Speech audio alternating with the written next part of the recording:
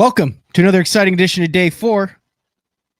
We got things figured out with the man Frank Scalish. Hey, we scheduled a program. We had a show. We even had a topic that we're going to talk about today. And then the wonders of technology. But hey, we are live. We are good to go. Looking good, Frank. Amen. Amen, brother. I'm fine, man. I'm just watching the snow come in.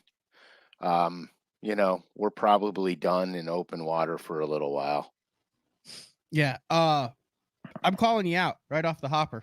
So right before we went live, we were ranting about fishing in close quarters, and I think your idea is brilliant. Would you care to share with our viewers and listeners what your idea for close quarter fishing is? Yeah. I think that as a professional angler, you should have a paintball gun with you. Completely harmless. Completely harmless. Don't aim for the head. Never. And if somebody encroaches on your water, you nail them with the paintball. And if they got paint on them, they're out of the tournament. Can't weigh in if they've got paint on the jersey. Can't weigh in if they got paint on the jersey. Because that means you got too close. That's right. I love it. I even have a strategy.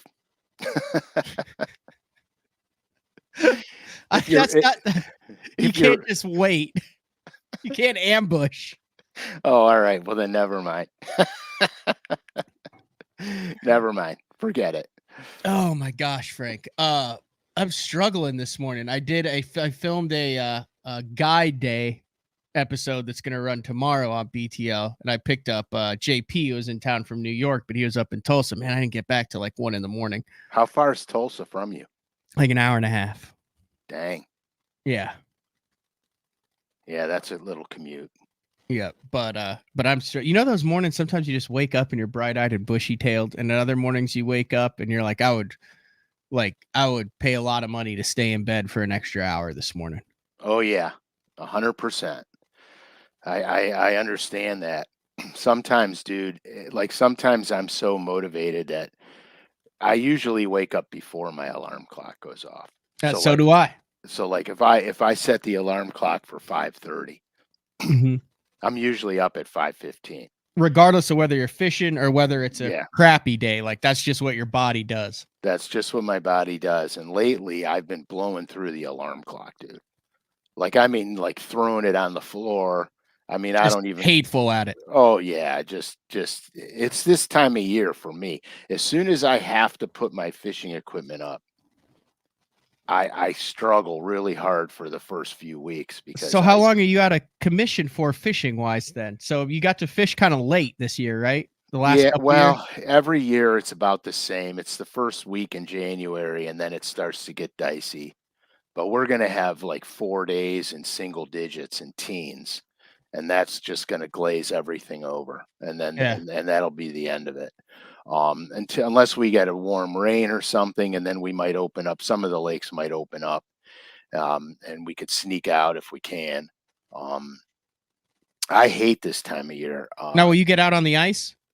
I do ice fish, but I don't go on Lake Erie. I have a phobia about that lake, and I won't go out on it. Because that's where I think Red Lake up in Minnesota, it's big, giant, but that's where giant chunks of fishable ice breaks away from the main body of ice, and now all of a sudden you're on a raft out in the middle of Lake Erie in January. Right.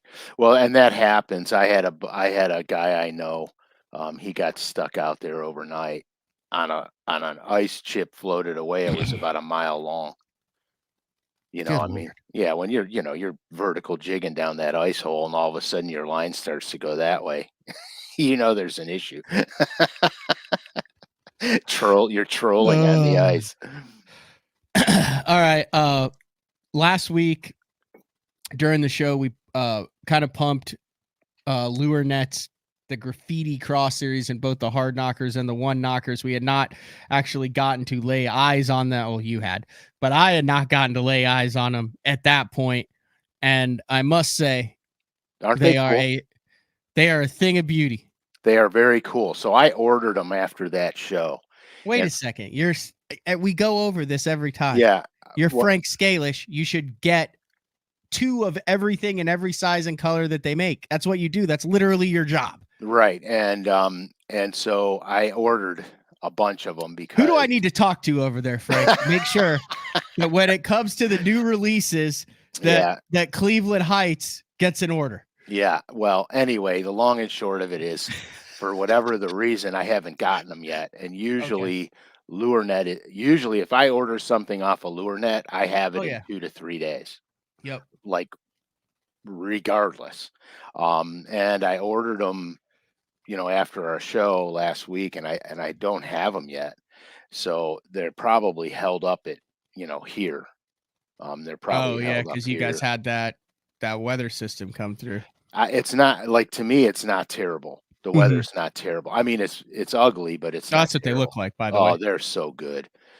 They are so good. How many different colors did they actually do? 5. 5 different colors, so I ordered 6 of everything, all of those colors. That one to me has a lot of merit. I really chartreuse. Oh yeah, dude, I like that color. And the robin egg blue belly is another one that up north, dude, forget it, because we have crayfish that have that robin egg blue on them up here.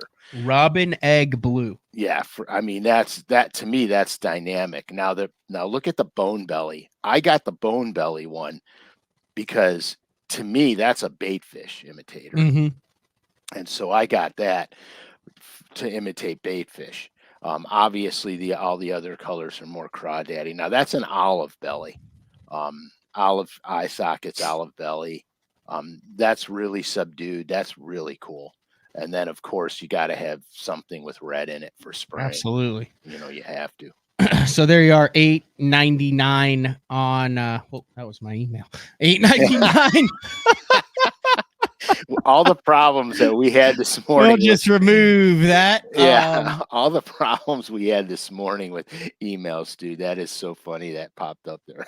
But hey, you know what it is? If someone was trying to get something out of it, it is all you could see is 1, 2, 3, 4, 5, 6, 7, 8, 9 undelivered or undeliverable links to today's show. I don't know what the hell was going on. I don't know what's going on either. I don't know if it's me coming from me or you, but I got emails this morning already, so who knows? Yeah.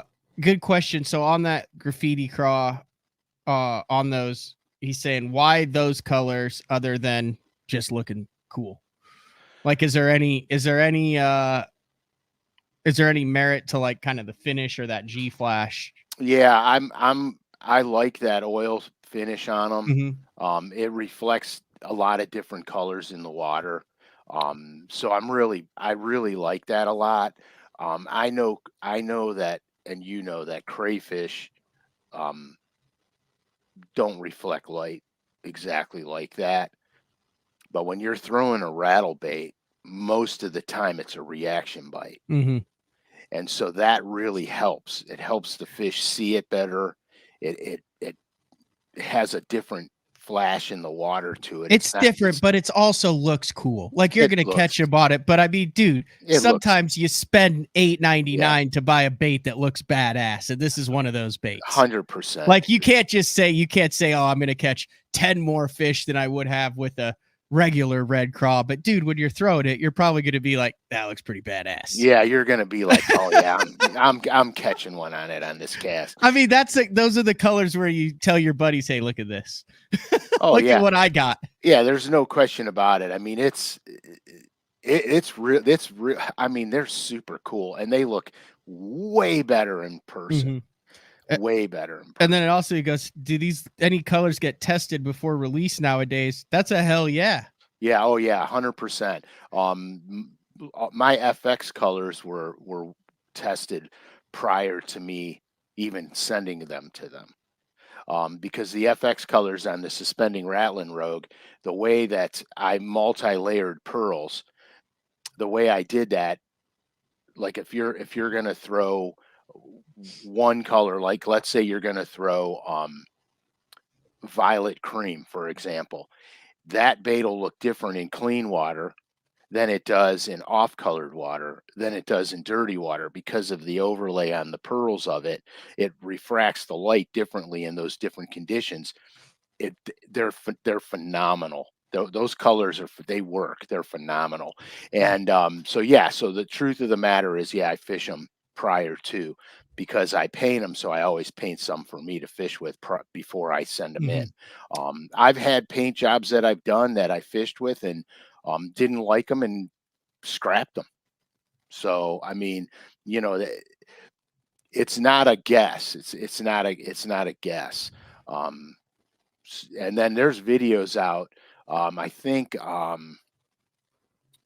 might be it might be Luke Palmer might have a video out throwing that thing, and he's wrecking them on it, dude. I mean, wrecking them on it. So yeah, they work. I don't want to and don't get offended by this terminology, Frank. I don't want to let the cat out of the bag. Not that I would ever put a cat in a bag, but At least I not know without rocks in you're it. a cat guy. At least no. Go ahead. But we may or may not get to look at some more colors next week, correct? Oh, we are. We Okay. are looking at them. Okay, we'll leave it at that. Oh, dude, I also just recently I thought of you last week. I was fishing with a buddy, and he was telling me what his wife does for a living. Yeah. She runs a cat cafe. I'm not kidding. So it's like you make a reservation, and it's like a cafe on one side, and then you have a reservation for the cat room. So they work with the like animal shelters and adoption agencies. So they have 20 to 30 cats in a cat friendly room with all sorts of toys. So you eat lunch, and then the other half has plate glass windows, and then you walk through and you play with 20 to 30 cats for however long you have bought to play in the cat room. And then should you become bonded with one, you have the option to adopt it and take it home. Oh, how neat. It's called a cat cafe. All right. That's good. You'd be all in on that, wouldn't you? I would if I didn't have a cat, but I have two now. You have two, yeah, and Jeffrey's too. So whenever you guys, it's in the Sunshine State. So the next time you guys are in Florida, the cat cafe is on me. Perfect. Thanks, Matt. I appreciate you. You're welcome. All right, what are we talking about today, Frank? Well, I got some DMs the other day. We never talk about Texas rigging, slip sinkers, the easy stuff, this quote unquote easy stuff. We never get into it. And I thought, you know what? That'll be a good subject matter. So I sat down the other day and I started just jotting down some ideas. And then I started to realize that this is way more in depth than you just, rig something up on a slip sinker and chuck it out there, flipping or pitching. So I thought I would dive into it. We're going to get pretty deep in it, but it's not going to be terrible because there's a method and a reason for everything. So it'll follow a good chronological order. And so I'd like to get into that because when guys DM me about a subject matter, if I get 2 or 3 of the same, we're doing a show on it. Because law of averages are if there's so many people that are following Instagram and then I get 2 or 3, I guarantee you there's a lot more that want to hear the same thing. And so I've been doing that throughout day 4 and it's been very successful. So I said, this is good because we've never really dove in on it. We've touched on it a few times in some of the weed episodes, shallow flipping grass and stuff. We've touched on it, but I think we'll get in it. You want to just get in it? Yeah. Okay. So I have a number one rule whenever I'm Texas rigging anything is I use the absolute lightest weight that I can get away with. That's based on your conditions. So that being said, what's going to affect my weight size really is what you're thinking about. So the first thing I think of is how heavy is the cover? Obviously, is it wood? Is it grass? Is it rock? Um, that's obviously very important. Another important thing is how deep am I fishing? Um, I could be fishing deep brush piles. I could be fishing shallow blowdowns. I could be fishing shallow bushes, docks. So how deep am I fishing? And then another thing you have to take into consideration is how much wind do you have? Because wind is going to affect the drop rate on that bait or your ability to put it where it has to go, because you're going to have wind drag on your line. And so if you have a bow in your line when you're doing this, it could be moving the bait away from your target and not letting it get down on the target. Another thing to think about that I think is probably almost the most overlooked is my line size. What kind of line am I throwing? Obviously, if you're punching, you're throwing 50-pound braid or 60-pound braid. And of course, you're using a weight to match your terrain that you're fishing and everything else. So the line size is important because that controls your fall rate. Late night Taco Bell. Anthony, you're talking about what affects your weight size. Anthony, Oh my gosh. Late night Taco Bell affects his weight That size. is priceless, dude. Back on track. Sorry. Yeah, You have to get better at reading the comments without completely derailing the show. Right, without disengaging. That's why I shut the comments off on my computer, because I can't focus on both. I do. I have to. So yeah, but you're good at it. I'm not good at continue. that. Okay, that was a good one though. That one I couldn't let that one slide. No, you had to put that up there. Okay, so the line size is going to control your fall rate, based on your slip sinker size. And then another thing to take into account, which I think people don't always do, is how aggressive are the bass, because that'll determine a lot. If they're very aggressive, that'll determine a lot. So another critical thing, and this is probably the most critical thing when you're pitching and flipping, when does that bite come? When do you get that bite? Is it when the bait's on the bottom, when it's on the fall, or just about when it hits the water?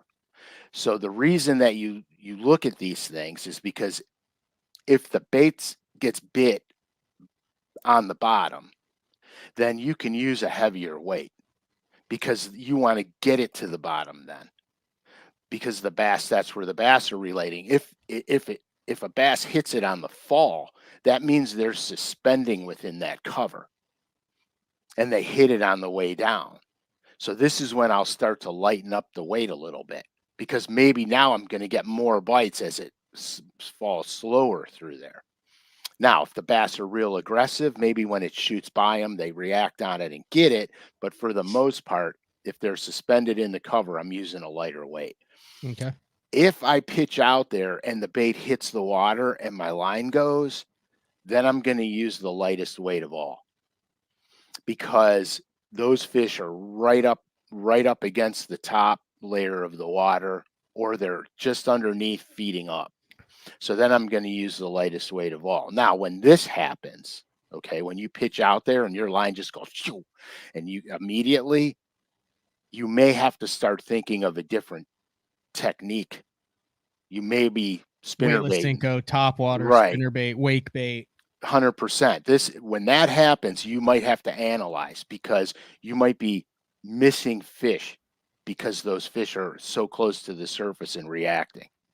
So when that occurs, then I'm going to start thinking about what I'm doing. Hooks is another thing. Hooks. This is where I'm going to get a lot of hate mail. I don't flip with a straight shank hook. I actually can't stand them. Here, I'll just show you real quick. There's a couple of reasons. Now, I know there's guys that proved otherwise a million times over.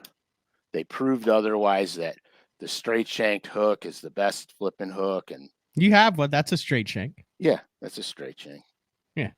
So they prove that it's the best thing in the world and blah, blah, blah. But here's what I'm going to do. I'm going to just rig it on a Ned rig, only because this will just illustrate my point. Okay. So when you rig it the typical way, Texas rig. And then I'm going to see where that hook goes into the bait. And then I'm going to put the hook in the bait. All right. So now this is why I don't like them. Okay. Now remember, this is just a little Ned rig, but who cares? You have to, when you set the hook on this, you have to push the hook all the way through this plastic. Now I'm going to hold the back of this bait and just pick up on the hook. And you see how it's barely coming through. And I'm actually doing this with a lot of force. So you have to get this part of the hook through the plastic, get the plastic out of the way, and then get that hook into the fish. Okay. All right. It seems like you're like, oh, I'm using a flipping rod and blah, blah, blah. It's going to be a piece of cake. But that's tough. Okay. This is tough right here. So I use the Mustad Ultra Point, which you guys hate, but I don't really care. I know. The last time you went through that hook shape, how many DMs did you actually get that was salty about that hook? A lot. But I don't care because here, I'll be honest with you. I don't lose fish. Yep. I don't lose fish, so I'm not changing a thing. So what I do with this, and the reason I like it so much, okay, this hook, it's not like an EWG hook where this part of the hook is straight. It angles down a smidge, okay? And the reason I like that so much is because now I can text pose this thing. So let me do this. So if for those watching, I'm doing a text pose hook. There's so many good screenshots of Uncle Frank with the 3-inch Ned on a flipping hook. People are going to click on that to probably like flipping Ned or punching Neds. Right. Okay. So you see the hook's text posed. You see it on the top. Yep. You can see the hook point. So you're through for those listening on iTunes. Right. I'm through the plastic, and then I just text posing it. I'm text posing it. Now, what happens there is the minute this thing crunches down, that hook pops right out. And now I don't have to go through all that plastic to get the fish hooked up, because it's immediately out of the way. The minute the fish presses down on the soft plastic, the hook's immediately going into the fish. That's why I use it. I punch with this hook. I Carolina rig with it. I flip and pitch with it. And I never have a problem. Okay. So the only thing you got to remember when you're choosing a hook, because everybody's going to have their own personal preference. So when you're choosing a hook, you look at the thickness of the soft plastic and you make sure the gap is 2 times that. 2 times the thickness. So if you're talking about the hooks I use, there's a 1/0, a 2/0, a 3/0, and a 4/0. Okay. So this is the gap in here from the hook point to the shank is your gap. Okay. So that's what I was always wondering when they were talking about how big the gap is in the hook. It is the hook point, and you make a direct line to the shank. Right in here. That is the gap. Okay. That's the gap. So because there's a bunch of different ways you could measure that. Correct. So this is the shank length. This is the gap. Yep. Okay. So that's the hook thing. I 2x. No, I just throw the regular Ultra Point. No. You want 2 times the 2 times distance. 2 times the distance. So for that just allows the plastic to get out of the way and clear. Right. So for those that like the straight shank hook, This is the gap. This is the gap right in here. Okay. All right.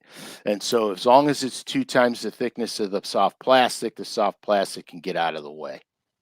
And that's my rule of thumb.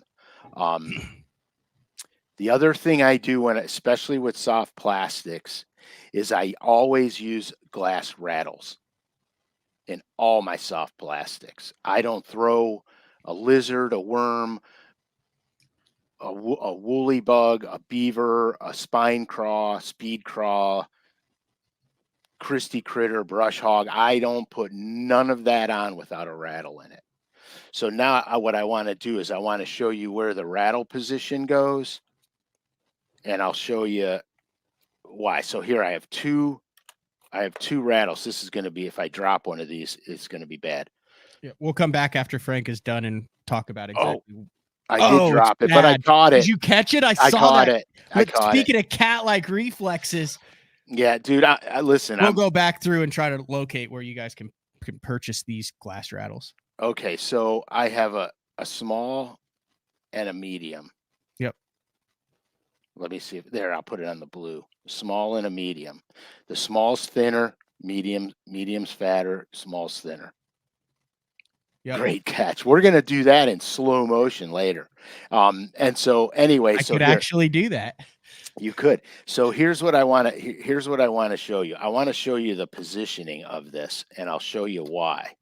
So I'm going to take, this is a yum lizard, and you can do this with any lizard, but I'm going to show you where I put it in this, and then I'm going to rig it on the hook and show you why.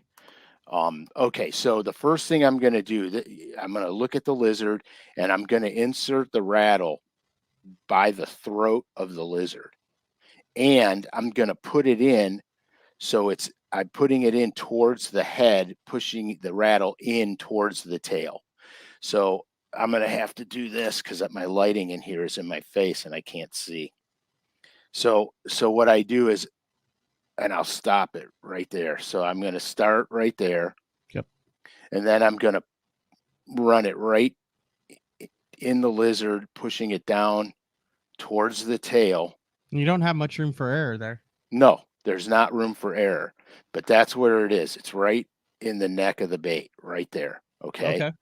So now when I rig it on the hook that everybody hates, except for me,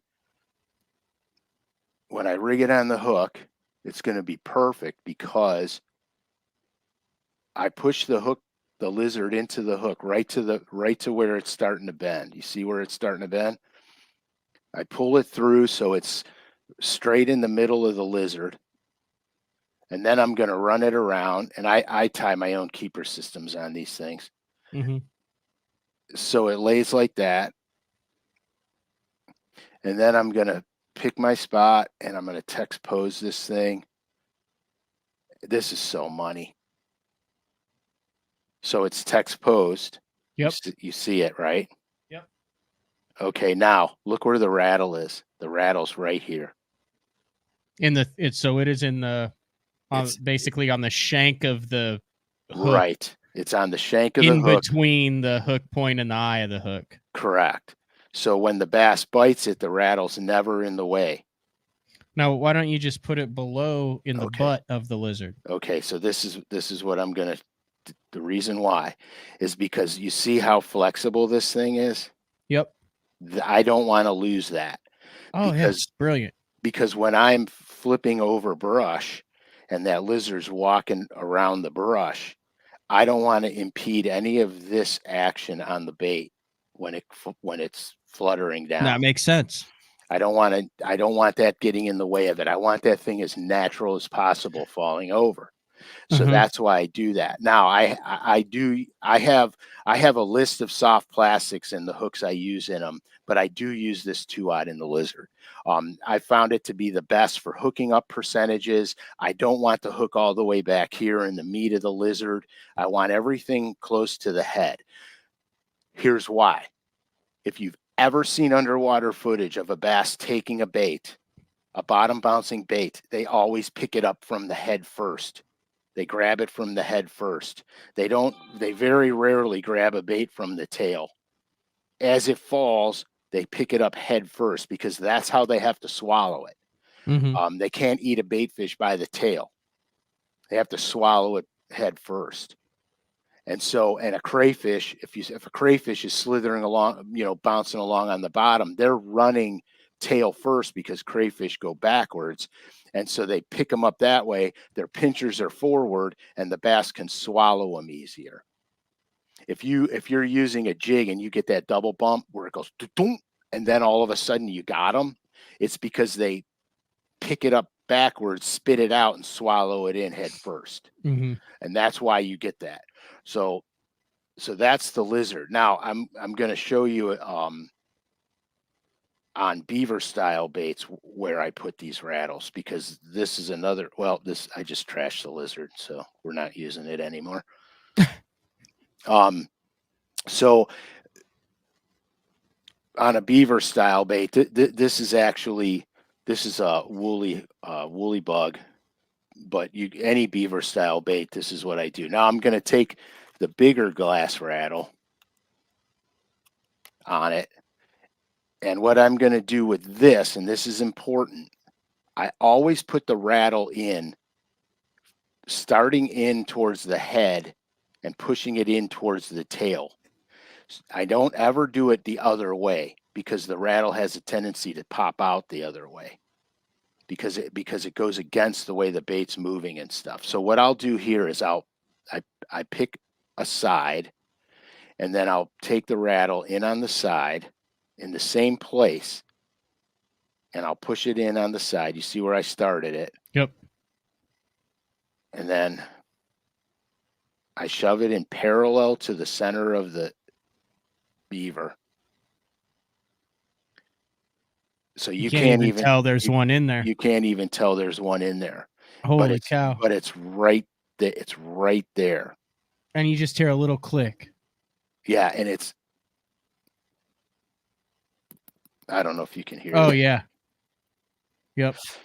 Okay, so in my aquarium, when I had bass and stuff in my aquarium and crayfish and everything else, you could actually hear crayfish making these little ticks and clicks if you put your ear up to the glass on the tank.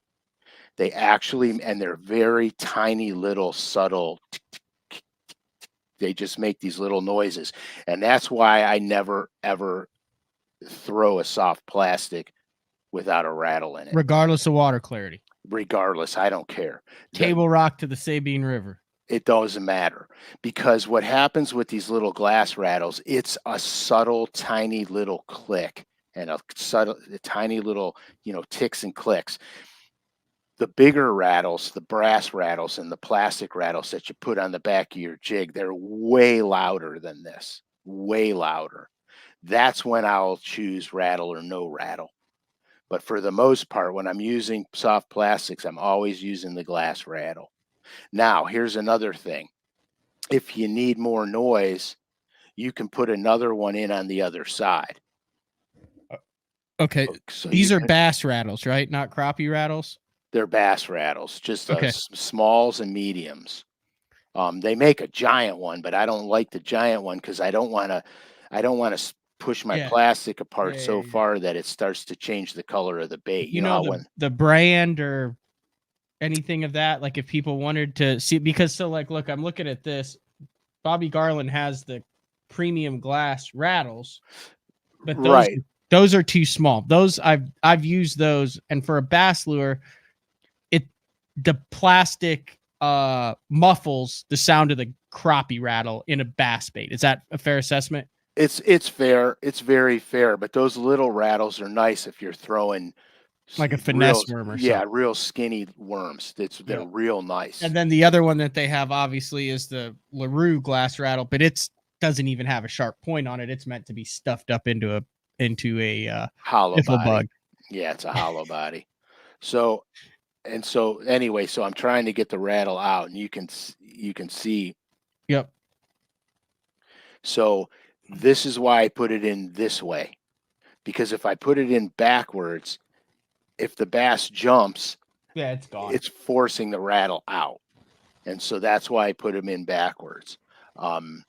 But I do that with all my soft plastics.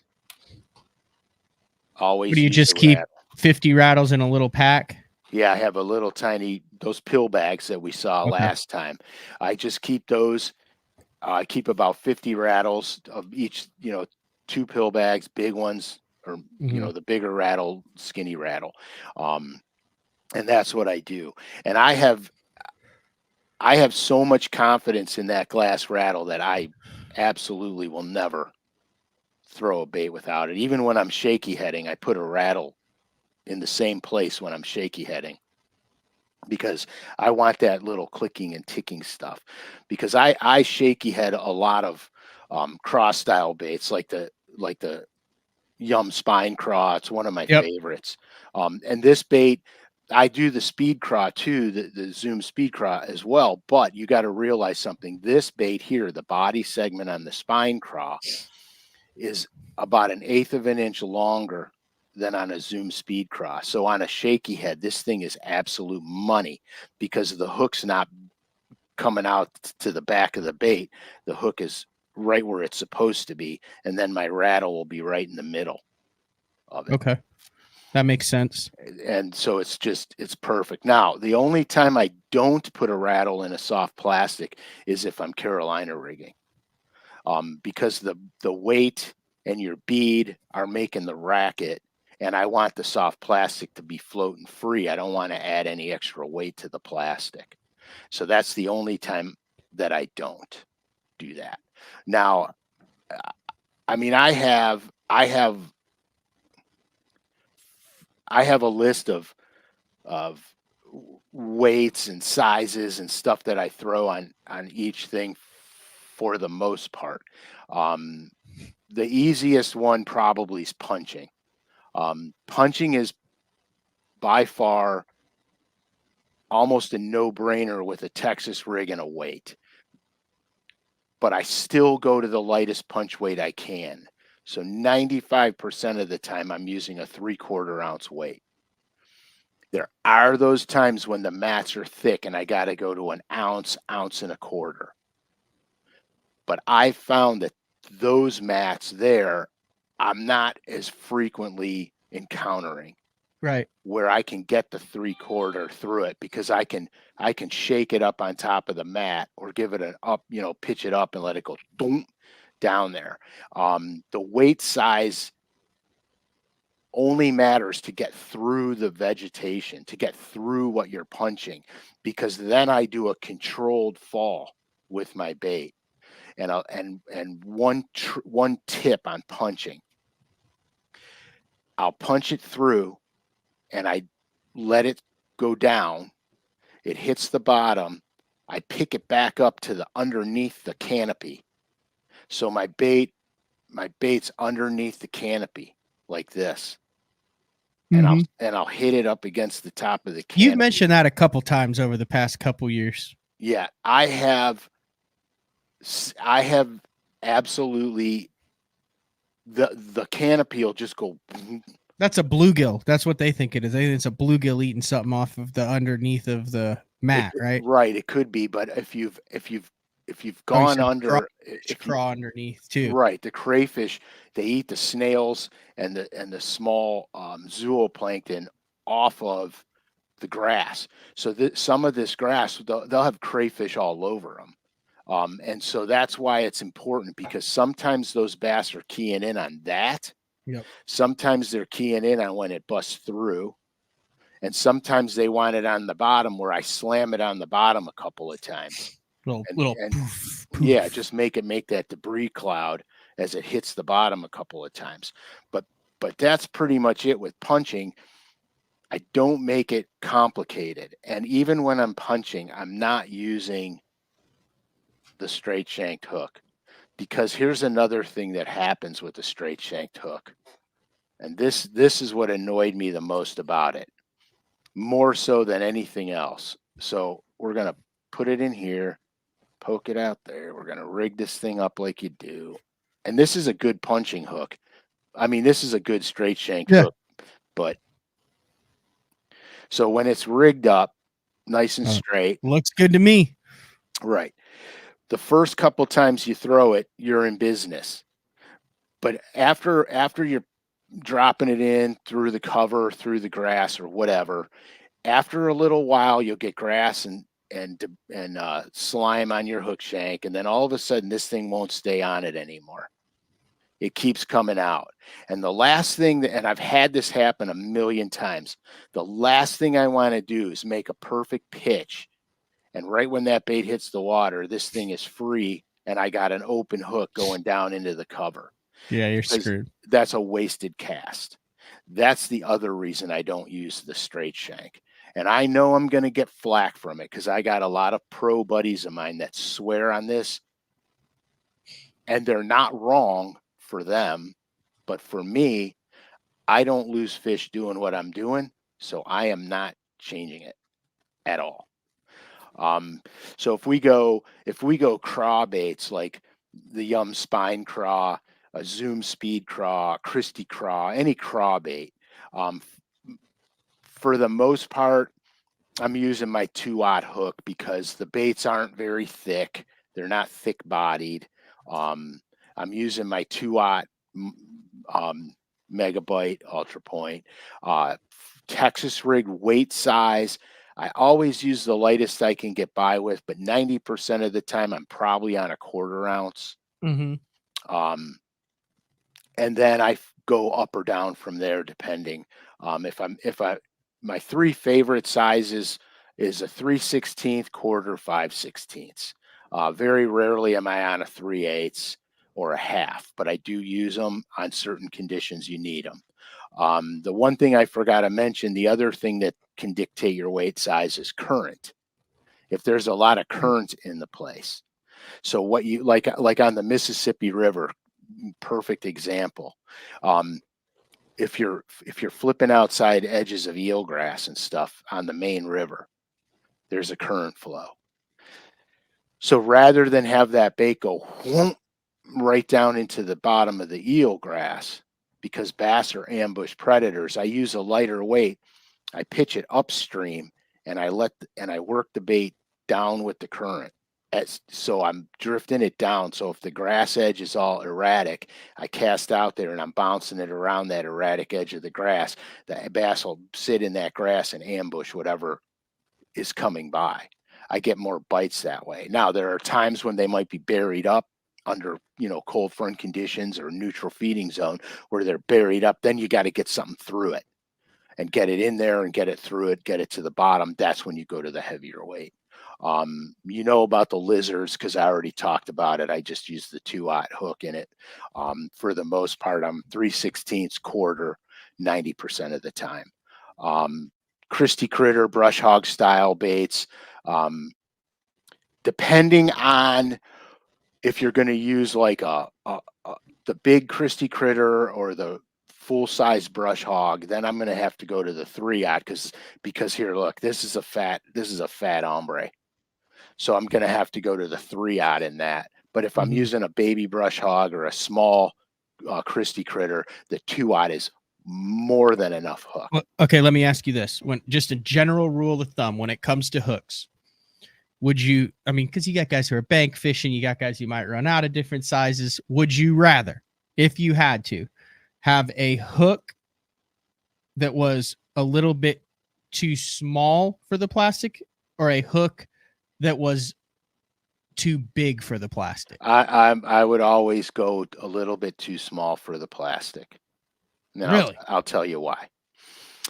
In Florida, we were fishing that one year that Bassmasters said we had to go to this, I don't know what they called it, not a championship, but a Angler of the Year fish off on Okeechobee. Was it the last chance qualifier? Yeah, it was the last chance qualifier. Did Ben Matsubu win that? I think he might have. So I got on these fish on these shell beds offshore. And I was, God, am I pissed. I was Carolina rigging 10-inch worms. And You're still pissed. Yeah, I'm still pissed. And shaky heading 10-inch worms. And I the first cast out with the rig, I get one on about 8 pounds, and it rolls in front of me and comes right off. Mm. And I was like, holy crap, maybe just things went wrong. So I re-rig, I fire back out there. I get one about 6 pounds. I jack them, I get them. I'm fighting him to the boat. I get him to the side of the boat. He gives me a quick head shake. You know how they're big and fat, so their whole bodies don't come out. They're just a little wiggle. Yeah, and he comes off. So I lose my mind. I go to a bigger hook. I get the bigger hook out there, and I'm like, now I got him. Bam, and I lose another one. Bam, and I lose another one, and I'm like, oh my god. So I went to a bigger hook yet. So through the process, I went 3/0, 4/0, 5/0. You should have gone 2 and 1. I should have went 2/0. So then I switched to the 2/0 because the ribbon tail, the 10-inch ribbon tail I was using, it wasn't a giant fat bodied ribbon tail. Mm-hmm. It was more slender. I put the 2/0 in. I never lost another fish in the whole tournament. I think for a lot, me included, when you see a 10, 11, 12-inch bait, even a 6 or 7-inch bait, and you've got this little bitty hook that's Texas rigged up there in the head of it. Now I understand how the fish eat it, like you said, head first with the small, but it just looks like you're asking to not hook them. So the best way I've gotten confidence is when I'm fun fishing, I have gone out and undersized my hook intentionally. Yeah. And you would be absolutely shocked at your landing percentage. Where you're like, how is the fish getting that freaking hook? But they get it. They get it. So here's when my philosophy on the hooks changed. And we're going decades back. We're going, 15 years, 20 years back. I do a lot of fly fishing for saltwater species, and I do a lot of steelhead fly fishing where you're catching, 8 to 15 pound trout. And the hooks that I'm using are so small I can hardly see to get the line through the line tie. And you don't lose them. You do not lose them. And so I was like, if I can go and steelhead fish and catch them on a little tiny size 8, and they're jumping, cartwheeling, you're running them down the river, you're chasing after them, they're going under snags. One day I got a good one. It was about a 14 pounder, and it ran me down the river, and I couldn't put the brakes on it with my fly rod. I couldn't put the brakes on it because it was going. So I went after it, and he went underneath. There was a tree that fell over the river, and he went underneath the tree. Well, I couldn't advance farther than the tree because it was underneath. I literally shoved my fly rod under the tree, hopped over the tree, grabbed my fly rod on the other side of the tree, and landed the fish. He never came off. And I caught him on a little streamer with a size 6 streamer hook on it. So it's itty bitty. Yeah, and that fish was jumping 100 times. And it wasn't stopping, and it never came off. So I started applying that to bass fishing. Okay. Another perfect example is drop shotting. Look at the hooks you're using drop shotting, and you're catching these gigantic smallmouths. They ain't jumping off. You pin them, they're pinned. That hook is forcing itself into the roof of that fish's mouth, where you got a giant gap on a hook, and now you got all this play going on, where the hook's not just crammed up there and just pressing against the fish's mouth, which is another reason why I like these, because the style of this hook keeps that fish pinned right in here. Yep. So when do you use straight shank when Texas rigging? Is there a time, or do you just have that hook there for demonstration purposes? Demonstration. Don't even carry them. Nope. They're not in my boat. All right. There you go. That answers that question. They were in my boat. Until you started farming them. And once I started flipping them things, and then they start snagging on everything, I'm like, nope, I'm out. Because I'm not losing fish. I just don't lose fish. You know, Hallman flips with a EWG. I flip with a straight shank. He'll flip with a 2-3-4-aught EWG. Yeah, see now, super line hook. Okay, now see now this is not exactly an EWG. Yeah, an EWG would come straight here. An EWG would be in line with the point of the hook. Right, come straight out, and the belly of the beast would be bigger. So the hook point would be in line with here, and then the belly would be deeper to compensate. Would you say that the most obviously than other than the most common Texas rig mistakes based on what you've talked about over the first 50 minutes, one would be fishing with the wrong size bullet weight. 100%. Where you're either fishing past the fish or you're spending too much time getting it down to the fish. Correct. And then number two for me, based on what you said, would be is that they're mismatching their hook to their bait, so their bait isn't behaving properly. Correct. They're basically taking all the action out by putting this giant hunk of metal through it and losing how it was intended to behave. That's exactly right. Because in every bait, whether it's a worm, a lizard, craw, they move behind the hook. They're always moving, especially. So pay attention to what the bait is designed, where the ridges, the pinch points, whatever you want to call, where the action is on that bait, and then choose your hook accordingly. I do want to show you this. It is from Z-Man. It might be, it just came out this year. Lure Lab pointed it out, and I found it. Have you seen this thing? I bet you probably haven't seen this. This just came out last year. So it's called the Rattlesnaker, and it's a way that you can use like a syringe, basically. Watch this. Oh, yeah, I see that. I get it. Isn't that cool? It is cool, as long as it doesn't take the plastic out of the bait. No. So you put it in, and then you have that, and then you put your rattle in the little chamber, and then you just stuff it into the plastic, and then you pull it out, and boom, there you go. Yeah, that's pretty sweet. Yeah, a little slick trick there. It's pretty sweet, except I don't see a problem with. No, what you're doing is fantastic. But if you've got if you're trying to put it in something like really skinny or something like that. Oh yeah, for a Ned rig in the tail section, be perfect. It'd be ideal. Oh, but you know, and then it recommends the next video. It recommends man chooses to interact with rattlesnake and learns a costly lesson. Well, that would be a costly lesson. Yeah, I have no desire to watch that.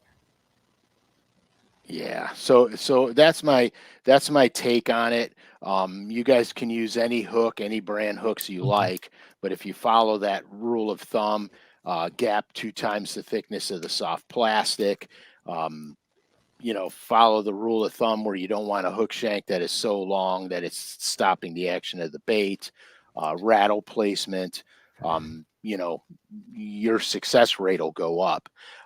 Pay attention to your slip sinker weights, because that's probably the most misunderstood. I have a buddy of mine, if it's not a 3/8 ounce weight, he doesn't throw it. Lincoln says, I just watched a LureNet video of Frank punching, and he is not whaling on the hook sets. Did I miss how, I'm assuming that's Uncle Frank, sets the hook punching and flipping on a Texas rig? Or can we cover that? I don't crack them. You're using 50-pound braid when you're punching, and I'm using a Powell 806, which is an 8-foot heavy action rod. So you don't have to crack them. All I do is they take it and I just lift up on them. Don't forget, you're using a 7.5 to 8-foot rod for punching. When you're using braid, so if you move your rod tip 3 feet, you're moving the bait 3 feet. So there's no need to drop to your knees and crush them. When I was teaching Josh how to punch, that's the first thing he did, man. He got a bite and he dropped down and he wailed on it. And that's the most fun, Frank. Right, but he broke the braid. Mm-hmm. Okay. Oh, wow. And so he's like, it was a monster. It was a monster. And I said, well, no, you can't move a 4-pound fish 6 feet underwater on a hook set and not expect damage. Mhm. Um, and so he broke the braid.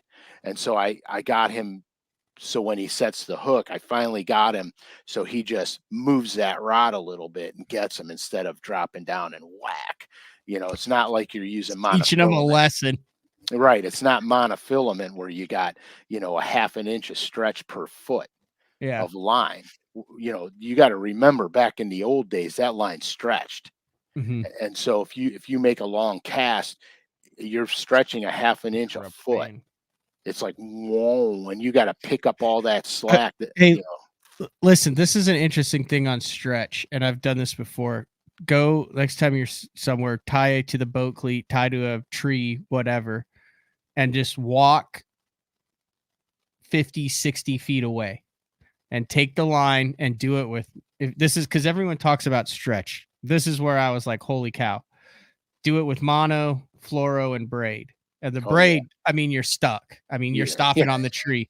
you're But not even moving. even with the fluoro, it's amazing how much stretch you can get the further you get away, even though it's reduced stretch. And then mono's like a rubber band. I mean, you can literally Oh stretch yeah, it for feet yeah, of, I mean, you can go like this and the stretch of it. But that is when they talk about stretch, I mean, it's one thing to go like this, but get out 30. And I understand it's different properties underwater, but it gives you in your head an idea of what your line yeah, is doing when you're setting the hook, when you're fighting that fish, to do that out in your yard with 350 feet to 100 feet sections of braid, fluoro, and mono. And then you kind of understand. But yeah. fluorocarbon stretches it a lot too. It's the braid that doesn't. Right. So mono stretches the most, then fluoro, then braid. Yep. So you've got braid has no stretch, fluoro has a little stretch, mono has a ton of stretch. And Yep. you have to remember too, the thinner lines you use, the more stretch they have, Yep. because there's a give and take in breaking strength Mm-hmm. there, and the stretch compensates for that. So you Can we got to, do some rapid fire yeah, let's Texas do it. rig questions? Yeah. I saw a couple questions earlier when we were going over rattles. Of do you ever substitute a bead for the rattle? That old school bead Texas, bait, hook, bait, bead, Texas rig. Wait, Yeah, my buddy Troy does that a lot. He you loves guys the, swear by that. I mean, yeah, swear by it. he loves the bead. I'll beat it if I'm structure fishing with it. Because then I'm not so opposed to not pegging my sinker. Okay. But if I'm pitching and flipping in cover, I want the sinker pegged because I don't want the sinker getting ahead of the bait going through the branches and then my bait's getting all goofy and not going through. Yep. So I always peg. But structure fishing, I won't peg. And so I've done that structure fishing. Actually, that technique, this is crazy. You guys I'm gonna give you my age. That technique came out in fishermen as a wintertime technique decades and decades ago on suspending bass on long points in the wintertime. And they were using straight tail worms, aka the finesse worm or the trick worm, Mm-hmm. rigging them Texas style with the slip sinker and the bead.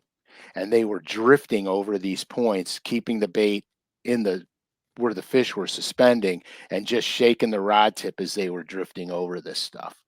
Um, Way before sonars even got good. Yep. They were doing this technique. So there's merit to that, Okay. 100%. Weight, color. There's natural, there's really shiny tungstens, then there's ones that are coated in different colors, green pumpkins, blacks. Does that matter to you? I used to paint all my slip sinkers to match each color of soft plastic I had. And that got to be absolutely ludicrous and stupid. So I just went to a dark green pumpkin slip sinker Mm-hmm. for everything. Um, I don't care if it's dark green pumpkin matted or dark green pumpkin with clear coat on it. I just throw a dark green pumpkin slip sinker. I have another buddy of mine that polishes all his slip sinkers so they look like chrome, and he swears by it. And I can't even stomach that. When I see that thing flipping through the air, I'm like, oh God, I hope you don't catch one, because I'm not doing that. Lead versus tungsten on the slip sinker. Tungsten 1000% all the way. It's smaller, it's less obtrusive, and you feel a little bit more with the tungsten. The cover. I'm in the wood, I'm in the rocks, I'm coming through the grass. There are several different shapes of Texas rigs out now. There's the punching or flipping weight, and then there's the one that's like kind of the true bullet shape, and then there's some experimental shapes. Does it matter to you whether you use, so that's like a true bullet? Right, that's what I use. Okay. So you don't use the punching. So there's some guys that use a punching and it actually has a taper on the back side of it. No, I'll use the punching weights for punching. Or flipping weights, but they swear that the cone blows the fish's mouth open, where the taper on more of a flipping weight. Okay, so that weight right there is not even, it's less, it's about 1/4 of an inch or a little less. Okay. So when I rig it up here, and I'm not going to rig it fully, I'm just going to do this to illustrate a point. Yeah, punching versus flipping. Going to illustrate a point here. If I don't put the point through my finger. You see how nice that sits on that bait? Oh yeah, that does sit on that bait incredibly nice. And that's why I use these, because it takes the taper of the bait I'm using. I like it. And that's the reason I use them. You can use a little skinnier one. You know how some of them are a little thinner and longer? Yep. Finesse worms and trick worms, little thinner, little longer. The lizard head, it's a nice fat head on the lizard. That's the sinker I just showed you, fits right over the top of it, and it's right at the shape of the head. Is there an insert in that or not? In the weight? Yeah. Yeah. There's an insert in this one. See, it's really weird. There are some companies that advertise, hey, we have an insert in our Texas rig weights. And then there are other companies that advertise insert free. So I have no idea what, Well, I mean? in the old days when they first started pouring tungsten, they didn't have it smooth on the inside of the hole where the line goes through. They didn't have it smooth. The issue people were coming in contact with when their break-offs were at this point right here. When they set the hook, oops, I'm going to try, when they set the hook and the line goes up like against the nose of the weight. Oh, it'd cut it. It would cut it. Well, now they're smooth and they're rounded. So, and then don't forget too, back in the day, we used to peg the weight with a toothpick. now we're using the bobber stoppers, the rubber, so you have no crimping of the line whatsoever. Right. So you've got flexibility there. So you're not pinching that line against basically a metal edge with a toothpick. And so that's why the inserts are not as important today, because our technology got better and the bobber stoppers helped eliminate a lot of problems, because when you push that toothpick in the bait, you smush that line, and you know how fluorocarbon is. It doesn't like that. One bad kink could ruin a day. Or make your day, depending on. Which brings us back to the cat house. Oh my gosh. All right. Anything else, Frank? No, I hope that was good. That was really good. That was an hour and 5 minutes. And I mean, we got into it at the 15-minute mark. So that was a solid 50 minutes. Yeah, I hope that answers a lot of questions. Like I said, choose your hooks you like. I don't have an issue, so I'm not changing nothing. I don't care what anybody else says. Until I have an issue with losing fish I stick with what's working. It's just no different than the knot you tie.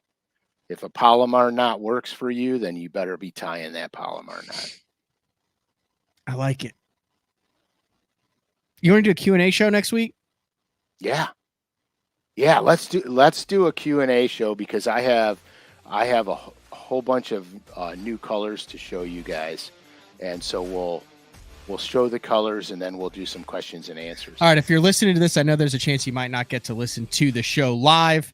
You still want to answer a question to Uncle Frank, email me, matt@basszone.com, with your question for next week's show, which will run on January 18th. And then Frank has a little surprise for everybody. Yeah, I can't wait.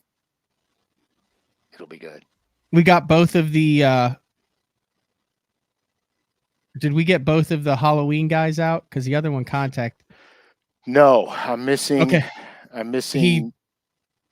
He messaged me, and I thought I forwarded it to you.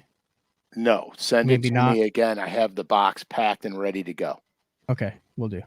All right. That was good stuff. Basic, but in depth. There's nothing basic about fishing. That's how I like my women. Basic, but with some depth. Yeah, exactly. And now we've come full circle. We started out. That makes a quality soulmate. Yes, we started out with the cat house, and now we've come full circle. Listen, I'm intrigued on that. I'd go spend a half an hour in the cat cafe. Yeah. I did a little research on them. They're all over the country. There's all sorts of benefits to it. Okay. Health.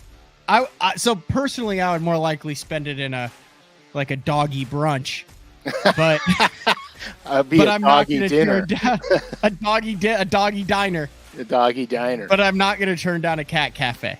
There you go. All right. This has been another edition of Day 4 with the man Frank Scalish. Next week, same place, same time. We'll Can't see wait. everybody then. Later. Adios.